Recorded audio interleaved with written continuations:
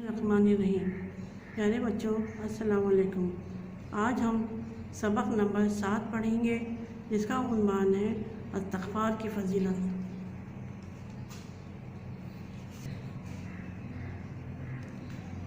بچوں اپنی کتاب کا صفحہ نمبر 34 کھولیے۔ اب ہم اس موضوع کی بلند خوانی کرتے ہیں۔ موضوع ہے لا الہ الا اللہ اور استغفار کی فضیلت۔ حدیث ہے افضل الاعمال لا الہ الا اللہ و افضل، لفظی ترجمہ سب سے زیادہ فضیلت والا عمل لا الہ الا اللہ ہے اور سب سے زیادہ فضیلت والی دعا استغفار ہے۔ اس کا بامحاورہ ترجمہ سب سے زیادہ فضیلت والا عمل لا الہ الا اللہ ہے اور سب سے زیادہ فضیلت والی دعا استغفار ہے۔ تشریح: حضور اکرم صلی اللہ علیہ وآلہ وسلم کی اس حدیث مبارکہ کے 2 حصے ہیں۔ پہلے حصے میں اللہ تعالیٰ کی توحید کے اقرار کو سب سے افضل عمل قرار دیا گیا ہے، جبکہ دوسرے حصے میں استغفار یعنی اللہ کے حضور اپنی غلطیوں اور گناہوں کی معافی طلب کرنے کو سب سے افضل دعا قرار دیا گیا ہے۔ حدیث کے پہلے حصے میں ارشاد ہے افضل الاعمال لا الہ الا اللہ، یعنی اللہ کے سوا کسی دوسرے کو معبود نہ ماننے کا اقرار اور اپنے عمل سے اس عقیدے کا اظہار سب سے افضل اور باعظمت عمل ہے۔ لا الہ الا اللہ میں لفظ الہ سے مراد ایسی ذات ہے جس کی عبادت کی جائے، جس سے بے پناہ محبت اور عقیدت ہو۔ وہ اللہ ہی کی ذات ہے جس نے ہمیں پیدا کیا، ہماری نشو و نما کی، ہمیں عقل اور بصیرت عطا کی، ہمیں نہ صرف زندگی دی بلکہ زندگی کی تمام نعمتیں عطا کی۔ ہمیں چاہیے کہ اپنے قول اور عمل سے اسی ذات کو اپنا معبود مانیں، اس کی عبادت کریں اور اسی سے سب سے زیادہ محبت کریں۔ حدیث کے دوسرے حصے میں ارشاد ہے افضل الدعاء الاستغفار، یعنی بہترین دعا اللہ سے اپنے گناہوں اور نافرمانیوں کی معافی مانگنا ہے۔ انسان بعض اوقات دنیا کی ظاہری رنگینیوں میں کھو کر شیطان کے بہکاوے میں آ کر اپنے خالق و مالک کی رضا کے خلاف کسی غلطی یا گناہ کا ارتکاب کر بیٹھتا ہے۔ لہذا اللہ کو معبود برحق ماننے کا تقاضا یہ ہے کہ انسان اپنی غلطی یا گناہ پر نادم اور شرمندہ ہو کر اللہ تعالیٰ سے معافی مانگ لے، کیونکہ آخری نجات اس وقت تک ممکن نہیں ہے جب تک اللہ تعالیٰ ہماری غلطیوں اور گناہوں کو معاف نہ کر دے۔ اب اگر کوئی اللہ کی نگاہ میں پسندیدہ اور محبوب بننا چاہتا ہے تو اسے چاہیے کہ چلتے پھرتے اٹھتے بیٹھتے دل و جان سے لا الہ الا اللہ اور استغفر اللہ کو ورد زبان رکھے۔ بچوں آپ کو اس موضوع کے مطالعے سے پتہ چل گیا ہوگا کہ اس میں حضور اکرم صلی اللہ علیہ وآلہ وسلم کی اس حدیث کی تشریح کی گئی ہے جس میں آپ نے سب سے افضل یعنی بہترین عمل لا الہ اور بہترین دعا استغفار کو کہا ہے، کیونکہ ایک مسلمان کے ایمان کی بنیاد ہی لا الہ الا اللہ ہے۔ جب تک ایک مسلمان اس بات کا اقرار اپنے دل کی گہرائیوں سے نہیں کرتا کہ اللہ ایک اور وہ واحد ہے، اس وقت تک مسلمان نہیں مانا جاتا، کیونکہ یہ کلمہ ہمارے مذہب کا پہلا ستون اور بنیاد ہے۔ کیونکہ اللہ تعالیٰ کی ذات ہی اس بات کی حقدار ہے کہ اس کی عبادت کی جائے اور اسی سے اپنے گناہوں کی معافی مانگی جائے، کیونکہ وہی ہمارا خالق و مالک ہے۔ بچوں اسی وجہ سے ہمارے لیے حضور اکرم صلی اللہ علیہ وآلہ وسلم کی یہ حدیث ایک مکمل دعا ہے کہ اس میں اللہ کی وحدانیت کے اقرار کے ساتھ ساتھ ہم اپنے گناہوں کی معافی بھی اللہ سے طلب کرتے ہیں۔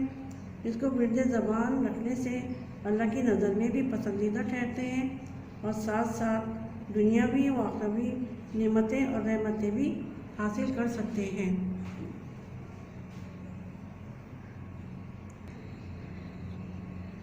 بچوں اپنی کاپی کھولیے سب سے پہلے حدیث کا نام لکھیں، حدیث مبارکہ نمبر 2، اور اس کا موضوع لکھیے لا الہ الا اللہ اور استغفار کی فضیلت۔ اس کے بعد اگلے صفحے پر تاریخ اور دن ڈالیے۔ اس کے بعد وہاں اس کے نیچے با محاورہ ترجمہ لکھیے۔ پہلے سب سے زیادہ فضیلت والا عمل لا الہ الا اللہ اور سب سے زیادہ فضیلت والی دعا مغفرت طلب کرنا ہے۔ اس کے بعد اگلے صفحے پر لفظی ترجمے کی ہیڈنگ ڈالیے، اور جس طرح سے یہ نظر آ رہا ہے آپ کو اسی طریقے سے لکھ لیجیے۔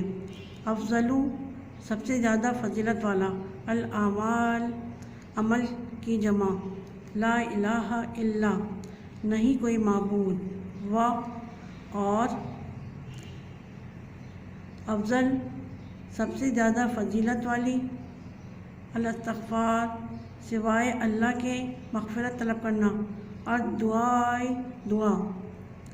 اس کے بعد اگلے صفحے پر سوال جواب کی ہیڈنگ ڈالیے اور سوال نمبر 1 لکھیے۔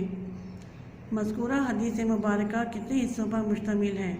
نیز حدیث مبارکہ کے پہلے جزو لا الہ الا اللہ کی وضاحت کریں۔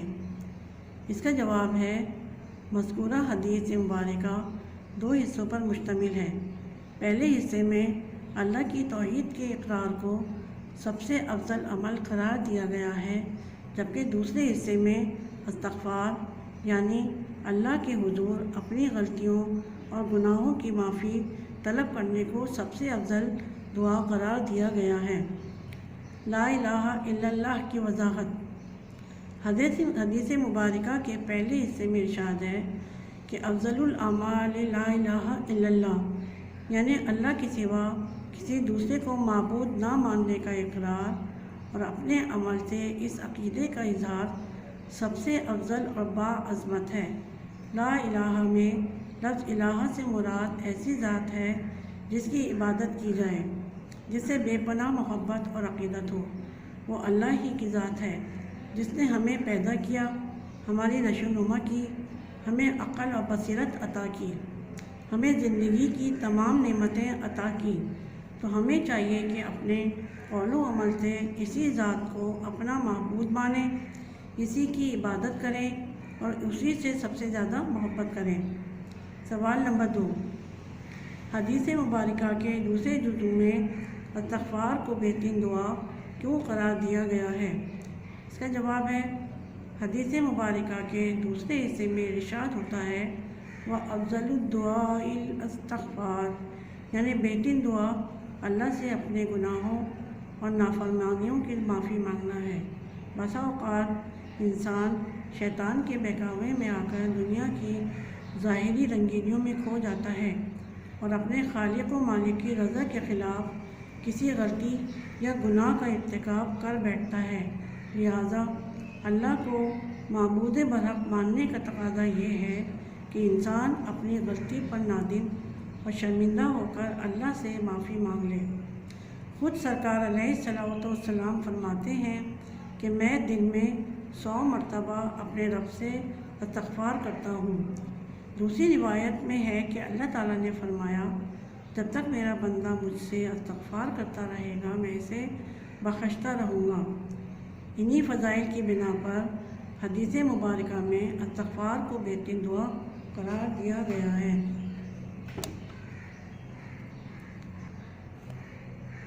بچوں، آپ کا یہ والا سبق اب مکمل ہو گیا ہے۔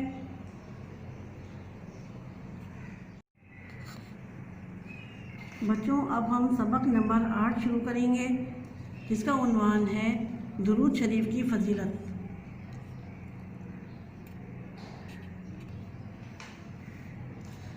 بچوں، اپنی کتاب کا صفحہ نمبر 36 کھولیے۔ اب ہم اس کی بلند خوانی شروع کرتے ہیں۔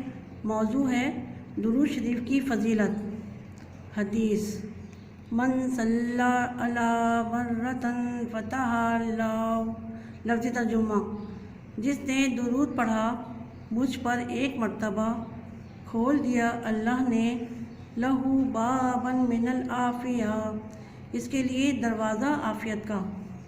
اس کا بامحاورہ ترجمہ جس نے مجھ پر ایک مرتبہ درود بھیجا اللہ نے اس کے لیے